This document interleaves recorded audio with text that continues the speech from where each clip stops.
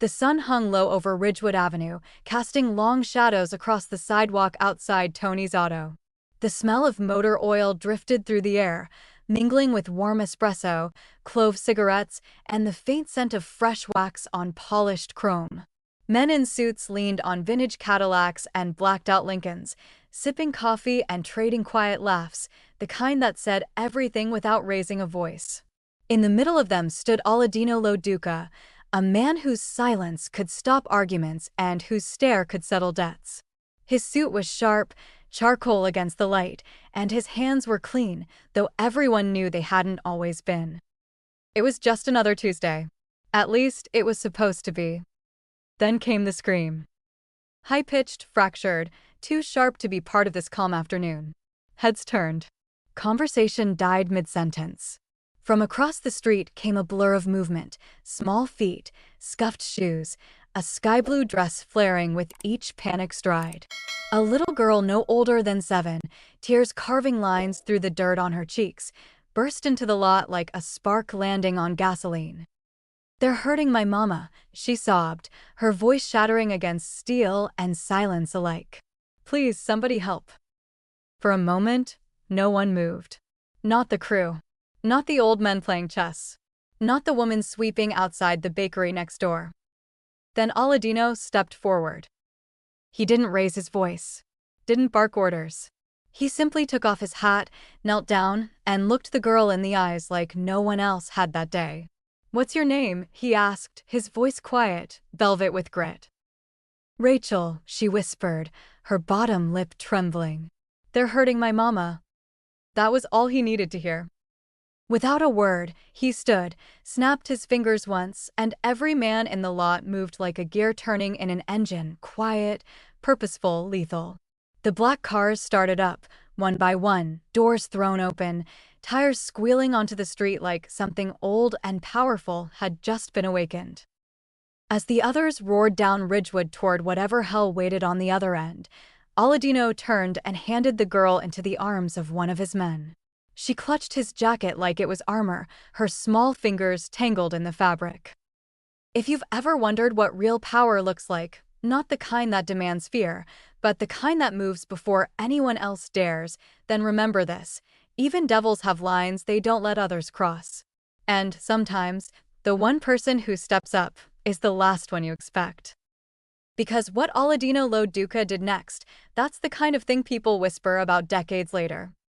Before we continue, like this video and comment where you're watching from. Your support helps us bring more exciting stories that you won't want to miss. The convoy of black sedans cut through the Queen's streets like a line of silent sharks, windows rolled up, engines humming low and steady. No horns. No shouting. Just the cold, organized precision of men who didn't need to speak to know what came next. Rachel sat in the front seat of the lead car, her knees drawn up, hands clenching the edge of the leather cushion. She sniffled, but didn't cry. She was too focused on remembering the right turn, the broken mailbox, the green fire hydrant near the corner. "There," she said, pointing a small finger out the window as they slowed. "That building. 3rd floor." The apartment complex loomed ahead like a forgotten relic, its bricks worn and pocked, the windows streaked with grime and sorrow. A single yellowed curtain flapped through a broken pane above. Aladino leaned forward from the back seat, eyes narrowing not with rage, but with focus, the way a surgeon studies an X-ray before cutting into bone. He stepped out of the car first, adjusting his cuffs like he had all the time in the world. The rest of the crew followed behind him, a silent formation of shadows in tailored suits. They didn't draw weapons, but the tension they carried was louder than gunfire. Rachel stayed behind with one of the drivers, pressed to the glass, watching. She said nothing, but her small face was tight with fear and hope. The building's front door stuck for a second before someone shoved it open with a boot. The stairwell stank of mildew and burnt oil, but Aladino didn't flinch. His steps were quiet, deliberate, each footfall absorbed by the ancient carpet. The crew split wordlessly at the second landing, positioning themselves with practiced ease, 2 men at the back exit, one in the hall, one already beside the door. The knob jiggled slightly as someone on the other side shouted, slurred, violent, male. "Get up. You think you can hide from me?" The words were followed by a crash, then a woman's choked scream. Aladino didn't wait. He nodded once, and the door was kicked open in a single brutal strike. Inside, the scene froze like a photograph caught mid-motion. Maria Ellis lay half-curled near the radiator, blood on her temple, her blouse torn. Standing over her was Darian Keyes Romano, a squat, wiry man with a busted lip and rage dripping from every pore. His fist was still cocked mid-swing when he saw the men step in. But it was Aladino who drew his attention, the stillness, the suit, the eyes that didn't blink. For the first time all day, Keyes hesitated. Aladino said nothing. He didn't have to.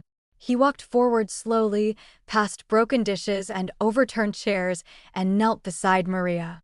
His hand was gentle as he helped her up, steadying her against his side. Then he turned his back on Keyes and walked her toward the door. That was all the signal his men needed. The first punch landed like a hammer, the next even harder. Keyes didn't get off a single word before he was on the floor, face meeting linoleum, blood blooming like ink in water. It wasn't flashy. It wasn't showy. It was fast, practiced, and final. Maria clung to Aladino's arm, disoriented, eyes wide and unfocused. Her lip quivered, but she didn't speak, and he didn't push her to.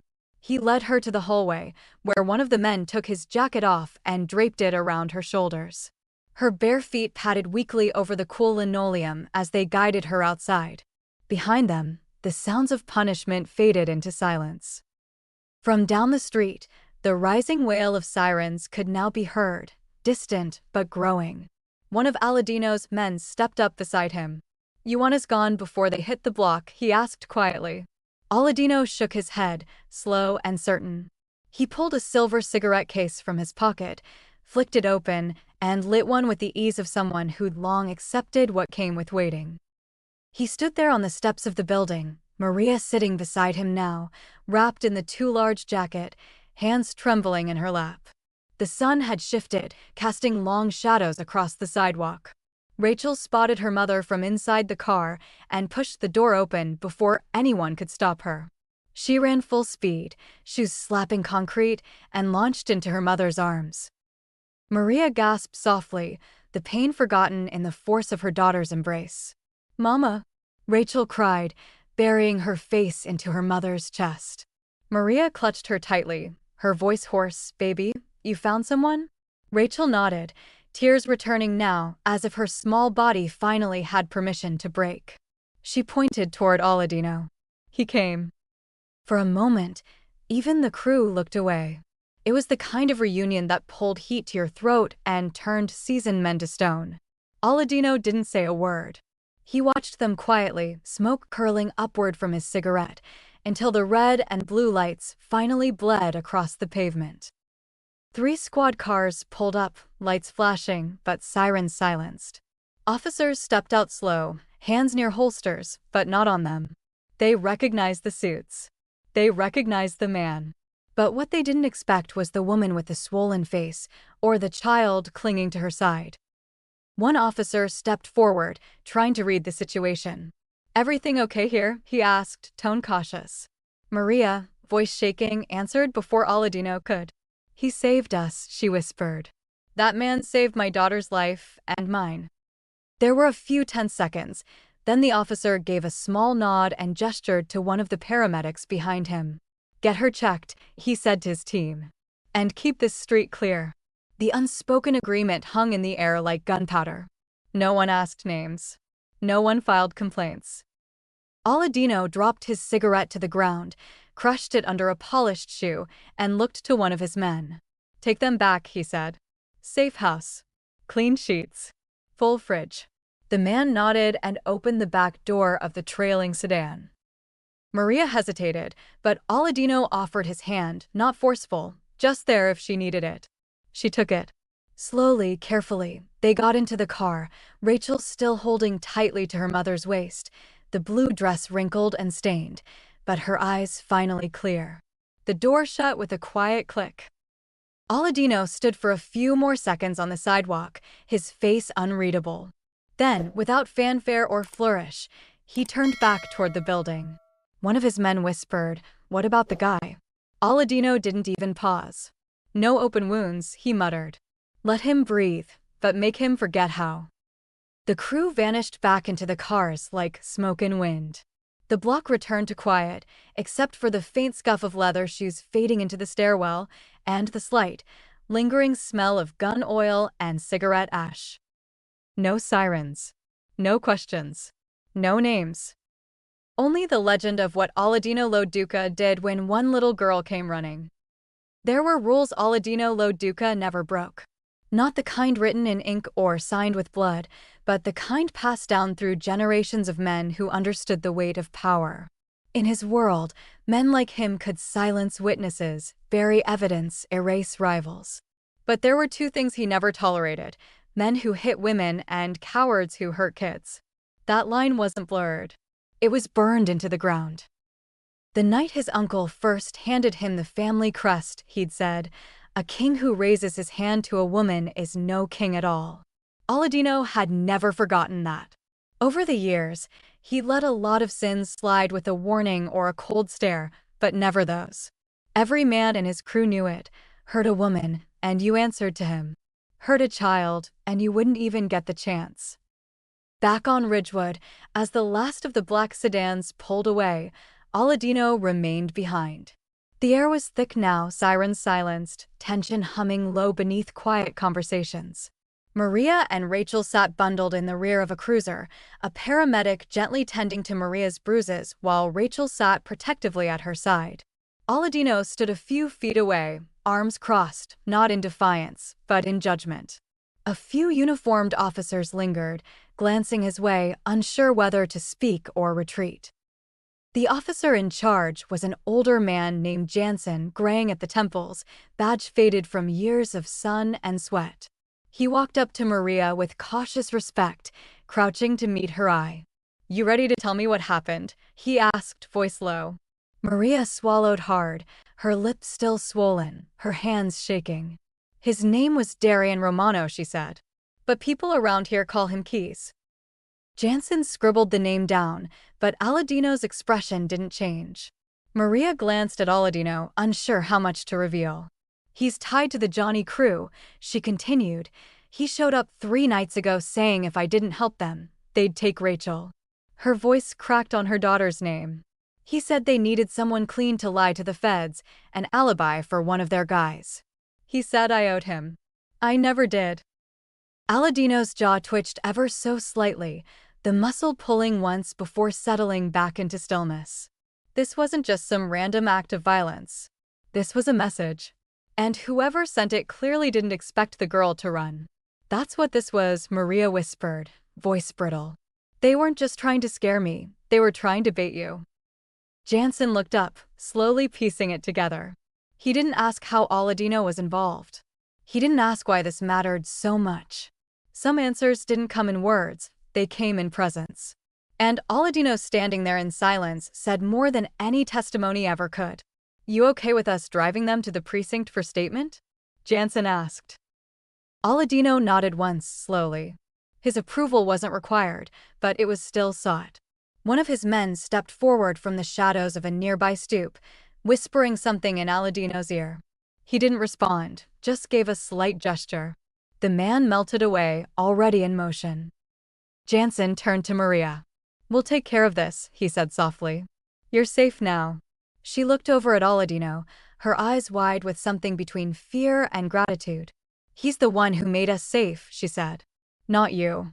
Jansen didn't argue. Rachel slipped her small hand into her mother's, her other hand still clutching a folded piece of paper she refused to let go. Aladino glanced down, recognizing the faint edge of crayon lines. He didn't speak to her, but their eyes met, and she nodded, just once. "No thanks. Just understanding." As the squad car doors closed and the engine turned over, Jansen lingered a second longer with Aladino. "You've made your statement," he said. Loud and clear. Aladino finally spoke, his voice so low it forced Jansen to lean closer to hear it. You see a child scream like that, and don't act? He let the question hang in the air. That's on you. Jansen stared at him, uncertain whether it was a warning or a judgment, or both. Then he gave the smallest nod, one cup to one king, and turned back toward his unit. Aladino stood there a few seconds more, until the red taillights of the squad car disappeared into the distance. Then he turned and walked back toward the alley, where his own ride waited. Not with urgency, but with purpose. In the darkness, one of his lieutenants opened the car door without a word. It wasn't random, the man said, settling into the passenger seat. That kind of play? That's a Johnny signature. Aladino nodded. Then it's time they remember who rewrote the book on silence. As the engine rumbled to life, Aladino pulled out a small, folded drawing that had been placed on the dashboard. It was from Rachel. A man in a black suit. A little girl. A blue flower. He tucked it into his coat, over his heart. Then the car eased away into the night, carrying with it a message no one dared ignore. What would you have done if a child like Rachel ran to you for help? Would you have stepped forward or hesitated? Tell us your answer in the comments, and if this story moved you, don't forget to subscribe for more moments that remind us what real courage looks like. The garage on Ridgewood was quiet when they returned. The sun had dropped low, casting long shadows over the blacktop where tire marks still smoked from earlier. Inside, the air was thick with oil, old jazz humming through the radio, and the silence of men waiting for answers. Aladino stepped out of the car alone, the folded crayon drawing still tucked inside his coat. His shoes tapped lightly across the concrete, each step more question than answer. The crew was already gathered near the back, leaning against tool chests and lifted hoods. Some lit cigarettes, others just watched. They didn't speak until he did, and even then, it wasn't a challenge, just to understand. Frankie Nails was the first to speak, scratching his beard as he glanced toward the office door. "Boss, you know this puts us in the Giannis crosshairs, right?" Aladino didn't respond at first. He walked past them, into the small office at the back of the garage, the one with the dusty blinds and the safe no one dared touch. He poured a drink from a glass decanter, took one sip, then leaned on the desk. "We broke the truce," Frankie continued, not accusing, just laying the truth out plain. "They'll come. They'll want blood for this." Aladino set his glass down and looked at the men in the room, his voice low but certain. "Then let them come." The words weren't loud, but they landed like bricks. "I watched a man raise his hand to a woman while a child screamed in the street. If I let that pass because of some handshake between ghosts, then I don't deserve to lead any of you." He paused. "There are things worth burning for." The room fell still. Even Frankie didn't push back after that. These were men who'd seen wars over turf, debts, and dishonor, but none had ever seen Aladino move like he did today. He'd walked into a fire with nothing but silence and walked out with 2 lives intact. And somehow, that was louder than bullets. Luca leaned against the wall near the exit, arms folded. "You think the Giannis expected you to act?" he asked. "Or were they betting you'd do nothing?" Aladino looked at him, eyes dark. "They were betting on fear. They forgot men like me don't play by fear." Outside, a dog barked down the block, and the hum of traffic picked up as night fell across Queens. Inside, tension still hung in the air. The youngest of the crew, Benny, barely old enough to shave, looked up from his spot near the corner. "Boss," he said softly, "the girl, she trusted you." Just like that. Aladino looked down at his hand, still faintly stained from helping Maria to her feet. "It wasn't me she trusted," he said. "It was the moment." Far across town, in a building with no name and no mail slot, Maria and Rachel sat together on a small mattress in a dim, safe apartment. The lights were warm, the locks were thick, and the groceries in the fridge looked untouched. Maria's arm was bandaged, and a faint bruise colored her cheek, but it was the look in her eyes that was hardest to cover. She couldn't stop staring at the door, even though she knew no one could get in. Safety, it turned out, wasn't something she'd ever known how to feel. Rachel sat cross-legged at the end of the mattress with a box of crayons beside her. She wasn't crying anymore. In fact, she hadn't said much since the police had driven them here and handed them over to friends of Mr. Lo Duca. But her little hands moved with quiet purpose, sketching lines in blue, black, and gray. She looked up once, toward her mother. "Mama, do you think he's a bad guy?" Maria blinked, caught off guard by the question. "Who, baby?" she asked, her voice raspy. "The man in the suit," Rachel replied, still drawing. Everyone looked at him like he was scary. But he looked at me like I mattered. Maria didn't answer. She just swallowed, hard, and turned her face away. Back at the garage, Aladino stood in front of a faded map pinned to the wall, his finger tracing a border that hadn't moved in years. "We've lived by rules. Not all of them were good. Some of them we inherited like scars. But the ones I made for myself? I never broke them." His voice hardened. "And I never will." Luca stepped forward. "So what now? We fortify? Call in the capo from Jersey." Aladino shook his head. "No noise. No flags." He turned to face them. "Let them make the first move, because I want them to show their teeth before I show mine." In the safe house, Rachel finally finished her drawing. She walked it over to her mom and placed it gently in her lap. Maria looked down at the page, a tall man in a dark suit, kneeling beside a little girl in blue. Behind them, sunlight. And over the man's heart, drawn with clumsy, loving strokes, was a small blue flower. Maria stared at it for a long time, her eyes blurring. "Why a flower?" she asked softly. "Because," Rachel said, curling into her side, "he looked like someone who never got given one." Maria said nothing. She just held her daughter a little tighter and looked toward the closed door once again. At the garage, the men were already moving, checking supply lines, tightening locks, dusting off weapons not touched since the last real war. Aladino returned to his office and sat behind the desk, unfolding Rachel's drawing once more and laying it flat. He stared at it like it was a map to something buried deeper than turf or territory. Then he reached for the phone and dialed. "Get me everyone who still remembers who we are," he said. "It's time we remind them." Smoke twisted lazily through the chandelier light above the back room of a strip club in Brooklyn. The Johnny crew didn't meet in boardrooms or sit at long mahogany tables. They talked where the walls were too loud to listen. Tonight, though, the volume was muted. Everyone in the room had heard the same rumor. Aladino Lo Duca had broken the truce. Not just broken it, shattered it, in front of cops, in broad daylight, for a woman and a kid. Giovanni read. Johnny sat at the head of the table, rings clinking against the rim of his whiskey glass as he tapped. His eyes, small and calculating, moved between his captains. "She was supposed to testify," he muttered. "The girl's mother. We had her boxed in." Across from him, his nephew Carmine nodded stiffly. "Now she's protected. Lo Duca has her locked in tighter than Fort Knox." A silence settled, thick as tar. Then Red leaned forward. He knew what this meant. He knew she was ours to leverage. He lit a cigar with shaking fingers, the anger bleeding through even as his voice stayed cold. And he still stepped in. "You know what that says?" Carmine raised an eyebrow. "That he doesn't care about the truce." More heads nodded around the room. The truce, unspoken but deeply understood, had kept their operations parallel, not intersecting.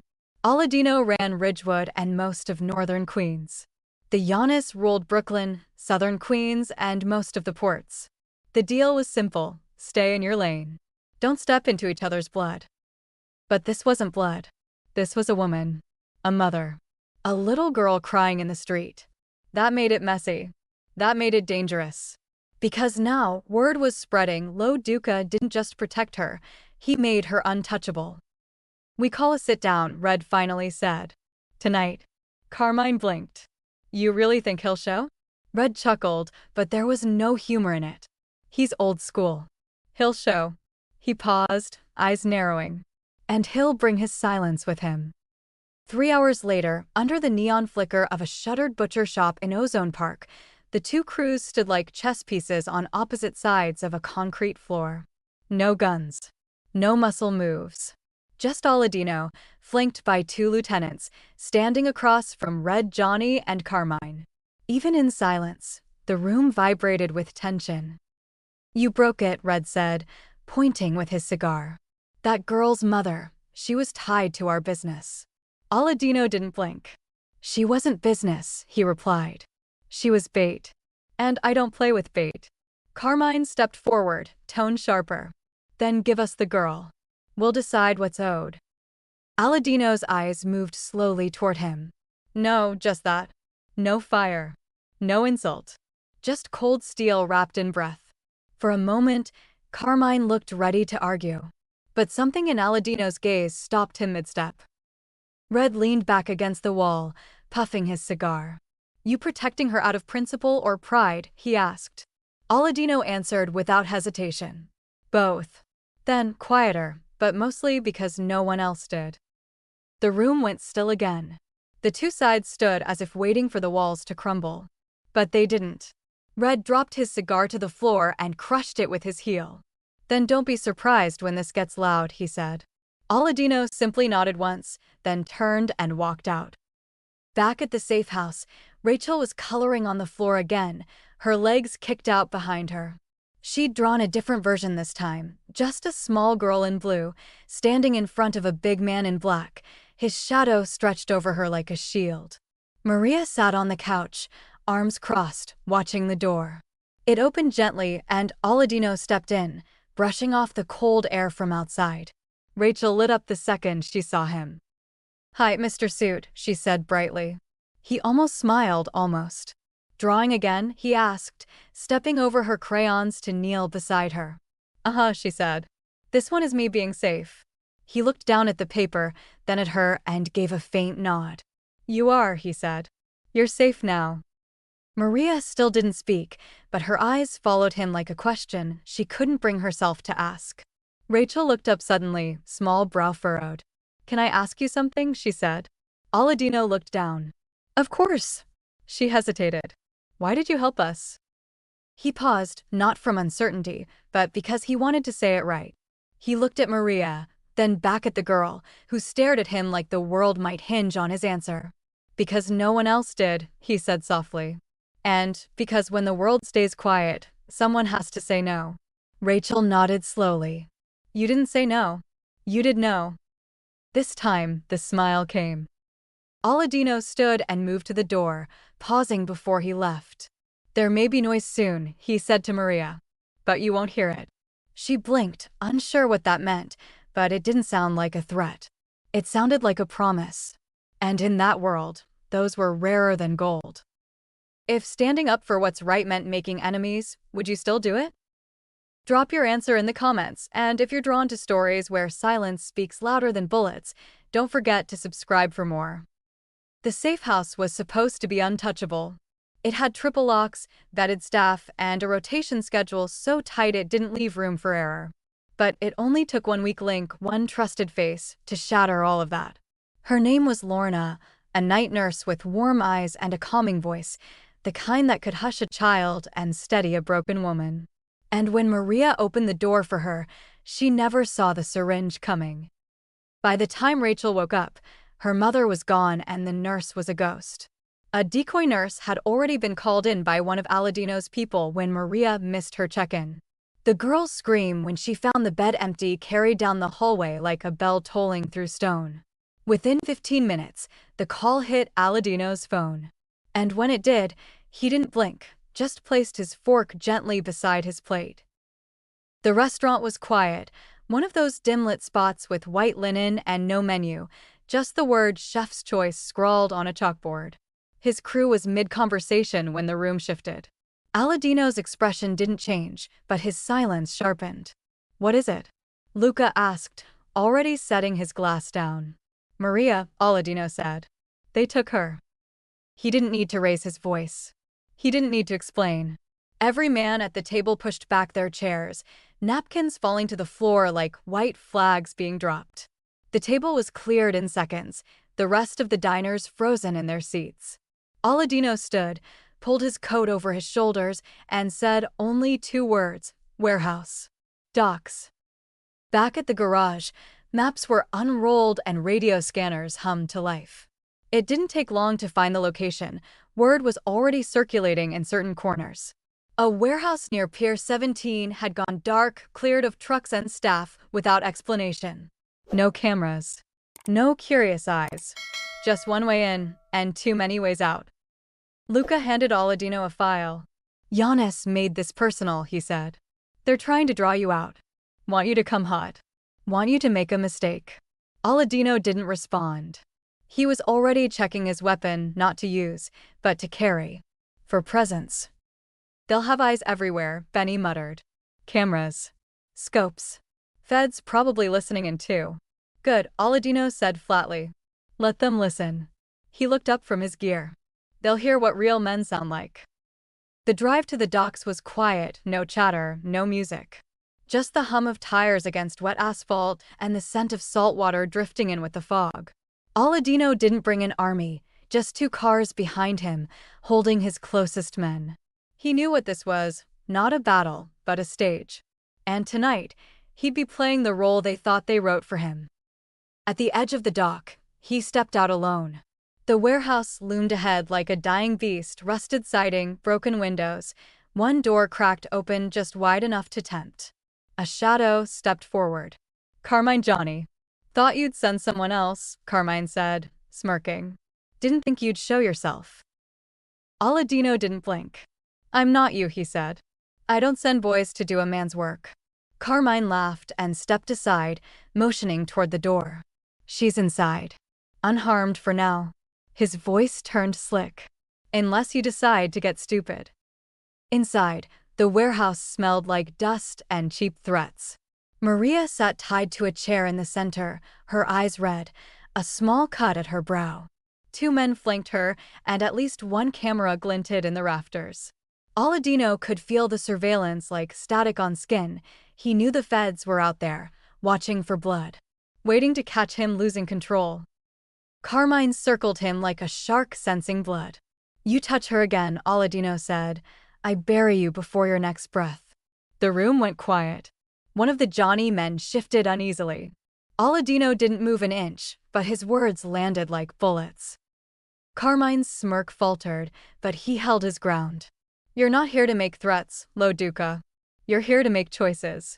He gestured toward a folding table with a phone and a recording device. You walk out, leave her here, admit you overstepped, and we forget this happened. He leaned in closer. Or, you go loud. And the FBI has their footage.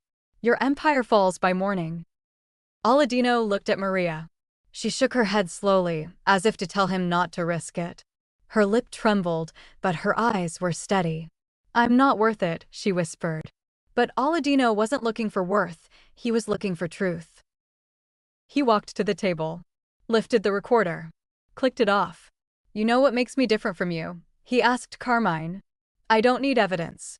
I need conviction. Then he stepped forward, looked up at the rafter camera, and nodded once. Keep filming. In one blur of motion, Aladino lifted his arm, fired a single shot into the ceiling, just enough to set the world spinning. The flash and echo made Carmine duck, the camera jolt, and the 2 guards flinch. In that moment of chaos, Luca and Benny burst through the side entrance with silencers drawn. 2 guards down before anyone knew they'd entered. Carmine lunged, but Aladino caught him by the collar and slammed him into a metal beam, holding him steady like a ghost pinning down a scream. If you ever touch her again, Aladino whispered, they won't find your teeth, let alone your body. Carmine nodded through bloodied lips, breath shallow. Luca untied Maria gently, murmuring something low. She collapsed into his arms. Aladino holstered his weapon and turned back to the rafters. You got what you came for, he said to the hidden cameras. Now get this part, too. Next time you point the wrong direction, don't blame me when the bullet finds home. They left without another word. No sirens. No witnesses. Just the steady fall of footsteps against cracked concrete and the soft sound of Maria sobbing into her sleeve. Outside, the cars were still running, lights off, engines waiting like loyal hounds. Aladino opened the back door himself, helping her in. As they pulled away, he glanced once into the rearview mirror. The warehouse shrank in the distance, becoming nothing more than a shadow among many. But it wasn't over. It was only quieter for now. The world thought Aladino Lo Duca was just another shadow in the crime pages, another name behind whispers and payoffs. But tonight, under the cover of salt air and factory silence, he was a man peeling back the skin of a lie with surgical calm. The Giannis had staged their trap with care, cameras perched in beams, audio lines humming behind crates, eyes in black vans waiting for a wrong move. What they didn't know was that someone inside their surveillance chain owed Aladino a favor. A debt from years ago. A mistake quietly covered that now carried a cost. That debt had a name. Agent Desmond Pirelli, buried deep within the FBI's task force, smart enough to play blind when it counted. It was Pirelli who killed the feed. One silent override from a laptop in a nondescript sedan on the edge of Pier 16. Cameras blinked once and froze, microphones hummed into static, and for a brief moment, the Johnny crew had no eyes on the world. The trap went dark, and no one inside knew it yet. Aladino stood just outside the warehouse door again, coat billowing faintly in the wind, steps echoing like memory. This time, there was no performance. No pretense of a deal. Only inevitability wrapped in restraint. He adjusted his cuffs and stepped inside. The scene unfolded just as it had before. Maria, tied, eyes wide. Carmine, pacing. Two guards, watching him closely, hands twitching near steel. It should have been a mirror of the earlier confrontation. But this time, Aladino wasn't alone. He walked past them all, silent as the grave, and knelt beside Maria. She didn't cry. She didn't ask questions. Her eyes just filled as he untied her wrists and pulled her gently to her feet. It was the exact motion he'd done days ago, one life, lifted out of a lie. Carmine blinked, the shift registering too late. "What the hell is this?" he snapped, reaching for his belt. But Aladino was already turning toward him. Behind him, the shadows broke open. Luca. Benny.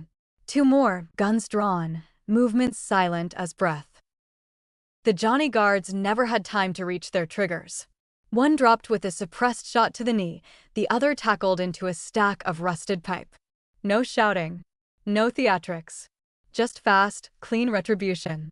Blood spilled across the cement, absorbed like rain in old soil. Carmine lunged, stupid and desperate, blade flashing. Aladino stepped aside, catching his wrist with one hand and driving an elbow into his ribs with the other. The blade clattered to the ground. Carmine wheezed, gasping, his weight collapsing to the floor. "You broke the code," he hissed. Aladino leaned down close, breath warm and still. "There was no code the moment you touched that girl's mother," he whispered. "There's only consequence." He stood again and stepped back, letting his crew finish what he'd started. Carmine didn't get up.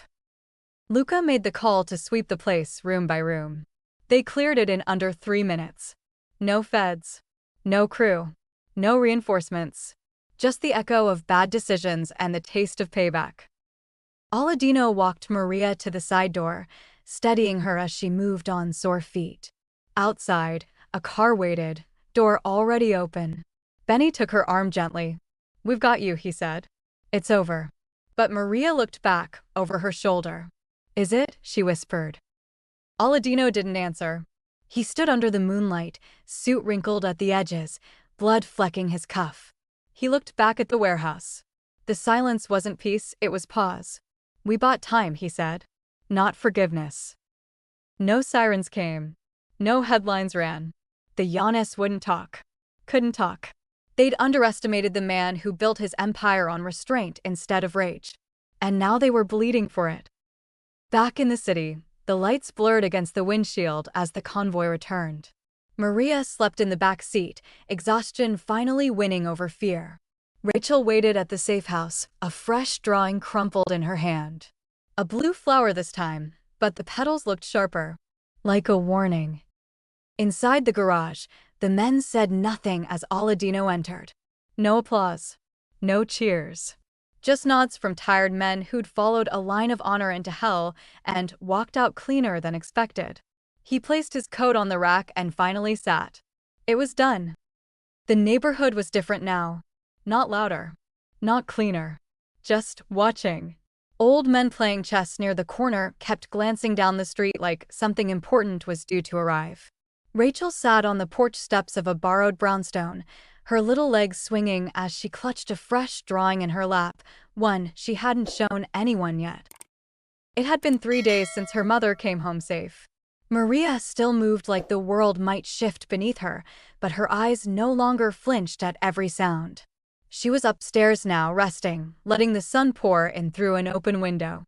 But Rachel had chosen the porch because she knew. She didn't have proof, just that quiet feeling in her chest that whispered, "He's coming." Then she saw it, a long black car, polished clean, gliding down the block like it had never left. It stopped in front of the house without revving or honking, just settled there like it belonged. The back door opened, and there he was. Aladino Lo Duca, in a dark suit that looked too heavy for the spring air, stepped out holding something between his fingers. Rachel squinted, heart kicking up a beat, until she saw what it was. The crayon drawing. The first one. Folded edges, worn down, but still intact. He'd kept it in his pocket this whole time. As he approached the porch, Rachel stood, pressing her own new drawing behind her back like it was a surprise she wasn't quite ready to give. "You came back," she said, smiling now, no tremble in her voice. Aladino stopped at the bottom of the steps and looked up at her with a small nod. "Told you I would." There was a pause, then she tilted her head and grinned. "Hi, Mr. Suit." It cracked something open in him, something untouched for years. A dry laugh pushed past his chest, brief but real. "You still call me that?" he asked. She nodded proudly. "It fits." He sat down beside her on the bottom step, the drawing still in his hand. They sat like that for a while, no rush, no plan. Just a girl and a man who'd walked through fire and still smelled faintly of smoke. "I made another one," she said suddenly, pulling her new picture from behind her back. It was cleaner, more careful, her, Maria, and Aladino standing side by side. Above them was a sun made of gold scribbles and, floating near Aladino's shoulder, a blue flower, the petals sharp but bright. He took the drawing like it was something sacred. "This one's going in the safe," he said. "Next to things I don't ever want to lose." Rachel beamed, not fully understanding the weight of what he meant, but knowing it mattered. "I made the flower better this time," she added. "Now it doesn't look sad." Aladino looked at her, really looked. Her face was softer now, her eyes lighter, but there was something else there, resilience threaded into childhood. "How's your mama?" he asked gently. Rachel nodded. "She's getting better. She doesn't cry in her sleep anymore." He leaned back slightly, the sun catching on his watch. "Good. That's good." Across the street, one of the old men tipped his cap. Aladino gave the smallest nod in return. The neighborhood still whispered about what had happened, but not the way it used to. The tone had shifted from fear to reverence, from myth to memory. "She asks about you," Rachel said after a moment. "But she doesn't know what to call you. You got, like, 3 names. Aladino chuckled low in his throat. "Just tell her I'm the man in the drawing." Rachel giggled. "That's what she says too." They sat until the sun dipped a little lower, warmth slipping into breeze. Aladino stood first, brushing the dust from his jacket. "I can't stay long," he said. "But I'll come back." Rachel looked up, eyes wide. "Promise?" He reached into his coat, pulling out a small pendant on a thin silver chain. "This used to be my sister's," he said. "She wore it when she needed to feel brave." He held it out to her. "Now it's yours." Rachel took it with reverence, fingers trembling. As Aladino turned back toward the car, she called out, "Mr. Suit." He paused, halfway in the door. "Yeah." She held up the drawing. "Don't forget this time, we're both in it." He nodded once, eyes heavier than usual. "That's why I'm keeping it." The black car pulled away without sound, melting into the dusk. Rachel sat back on the porch, pendant around her neck, the drawing clutched to her chest. The neighbors watched but said nothing. The moment didn't need words. It had already written its place into the street story. Do you believe that even the most feared people still carry something soft inside, something worth protecting? Tell us what you think in the comments, and subscribe for more stories where even the coldest hearts get a second chance. By the end of the week, the story had already changed a dozen times. No two versions matched, but they all agreed on one thing: something happened on Ridgewood Avenue, and it had Aladino Lo Duca's name stitched through the middle. Some said he stormed a warehouse solo, dragging the girl's mother out like a scene from a movie. Others whispered that the Giannis had tried to set a trap, and he'd walked through it like it was nothing. But no one dared ask him directly, not because they were afraid, but because some things are too sacred to spoil with facts. The neighborhood changed its rhythm after that. Doors opened a little slower, eyes lingered a little longer, and every sound seemed to carry meaning. The old men outside Tony's auto didn't flinch when Aladino passed anymore. Instead, they gave him the quietest gesture of all: respect. A nod, a shuffle of the chessboard, and a glance that said, "We saw. We know." Tony himself didn't say much either, but something new hung behind the counter.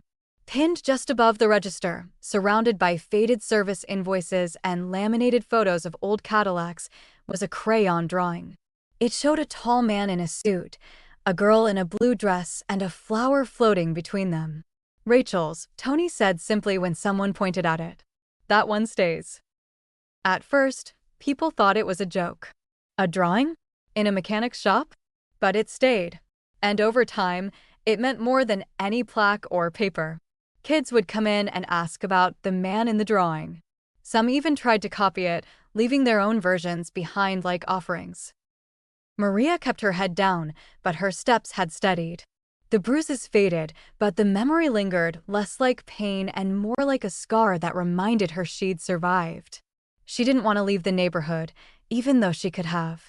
Instead, she took a quiet job at a flower shop on Myrtle and 64th, one that had mysteriously reopened with new funding and no questions. The lease was signed anonymously, paid in full. She didn't need to know who did it. But she had a guess. The shop was small, sun-drenched, and smelled of eucalyptus and jasmine. Every morning, fresh blue flowers were delivered before the bell above the door even rang. No note, no name, just a bloom in a plain jar. Rachel would walk with her before school, her hand tucked into Maria's coat pocket. She didn't ask for new clothes or toys anymore, just more crayons. She filled pages and pages with flowers and shadows, people and symbols. One day, Maria peeked into her notebook and found a sketch of Aladino smiling. It was the first time she'd ever drawn his mouth turned upward. The streets never talked too loud about it, but the respect had turned from silence to symbolism. Bikers nodded when they passed Tony's. Street vendors made sure the sidewalk in front of Maria's flower shop was always clear. And every Sunday morning, before most of the city even stirred, a black car would pull up down the block. Aladino wouldn't always get out, but sometimes he would. He never stayed long. Just walked in, smelled the roses, looked over the new displays. He'd pay in cash, leave without change. If someone was in the store, he'd nod politely. But if it was just Maria, he'd say one word before leaving: "Good." It wasn't a romance. It wasn't repayment. It was something else entirely, like two survivors exchanging a language made only of moments. Rachel once whispered to Maria, "He doesn't need to talk loud. People listen anyway." And she was right. Luca, Benny, and the rest of the crew carried on as usual, but even they felt the shift. There were fewer scuffles. More caution. The younger guys asked about the Ridgewood job in hushed tones, not for glory, but to understand what lines should never be crossed. Aladino didn't brag. He never told the story. He just lit his cigarette the same way each time and said, "That wasn't business. That was family." Rumors reached the Giannis, of course. Some said they were regrouping. Others said they'd gone underground. But no one moved on Ridgewood again. It was understood. The girl, the mother, and the man in the suit weren't to be touched. Not now. Not ever. Sometimes, late at night, Maria would find Rachel asleep with a drawing on her chest. One in particular she tucked into a drawer, the girl in the blue dress now standing alone, older, but with the same flower pinned in her hair. She didn't ask about it. But she knew her daughter was thinking ahead, already understanding the power of what had been done for them. One Saturday, Maria opened the shop early to find a gift left by the door.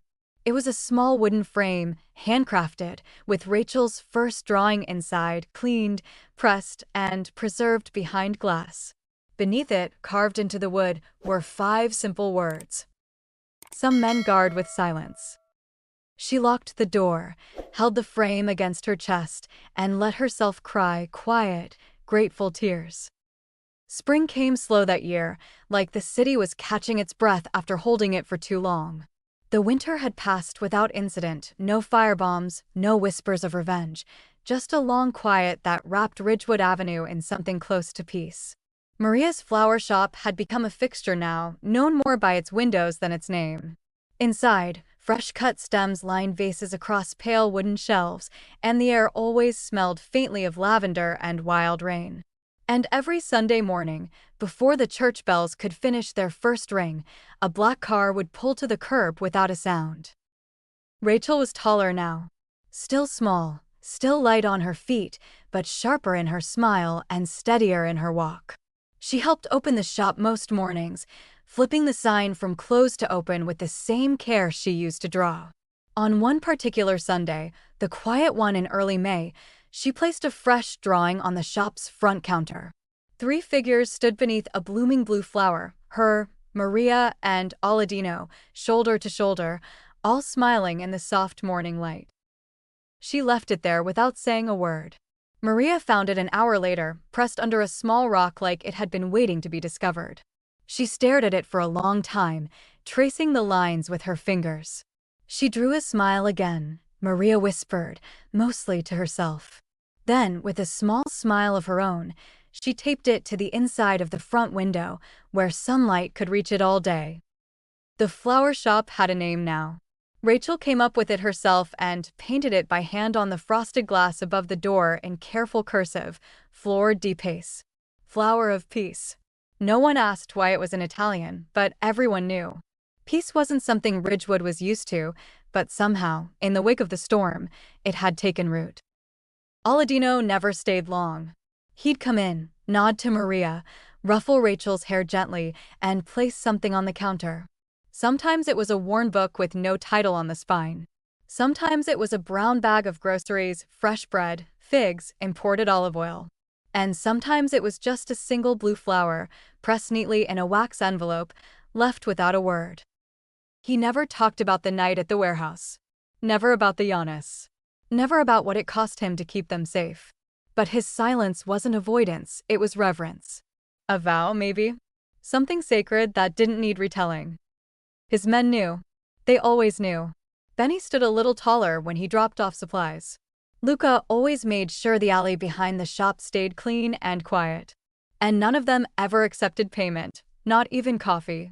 "You're under his shadow," they'd say. "That's worth more than cash." Ridgewood had changed, and not just because of the flowers. Kids played longer in the street. The old men at Tony's moved their chess table a little closer to the shop window. The neighborhood had started carrying itself with something softer, but not weaker. Like it had seen what power looked like, and chose peace instead. One morning, Rachel stood in the doorway holding a small hand-painted sign. It was a piece of oak she'd sanded herself, the letters stenciled in black ink. She didn't ask her mother if she could hang it, she just did. 2 nails, 1 hammer, and a look of fierce concentration. The sign read, "Protected."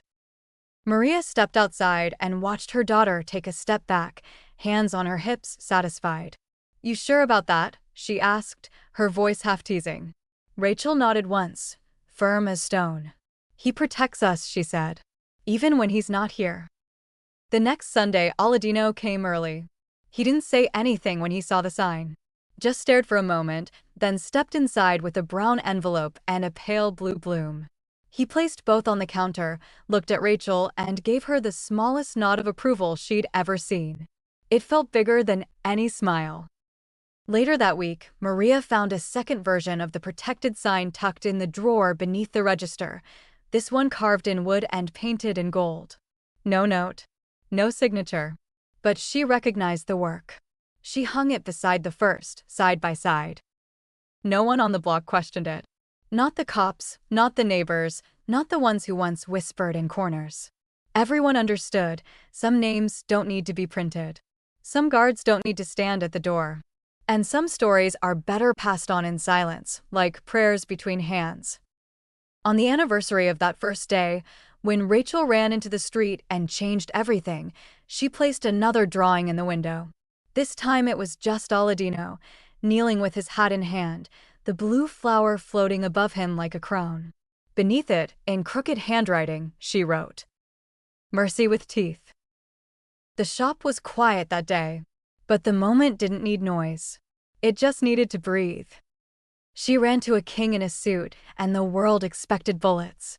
But what came instead was mercy with teeth. Thank you for listening to this story until the very end. There's another interesting one on your left screen that I think you'll really enjoy.